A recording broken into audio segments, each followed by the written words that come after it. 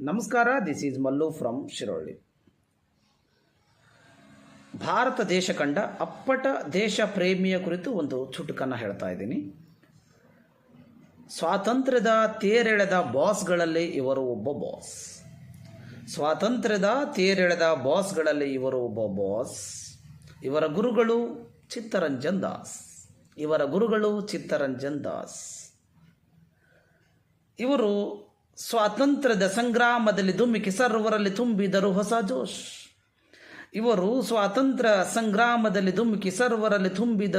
ಜೋಶ್. ಇವರನ್ನು ನಿಗೂಢವಾಗಿ ಕಳೆದುಕೊಂಡು ನಮ್ಮ ಭಾರತ ದೇಶಕ್ಕಾಯಿತು ಬಹುದೊಡ್ಡ ಲಾಸ್. ಆ ಅಪ್ಪಟ ದೇಶ ಪ್ರೇಮಿಯೇ ನಮ್ಮೆಲ್ಲರ ಪ್ರೀತಿಯ ಸುಭಾಷ್ ಚಂದ್ರ ಬೋಸ್.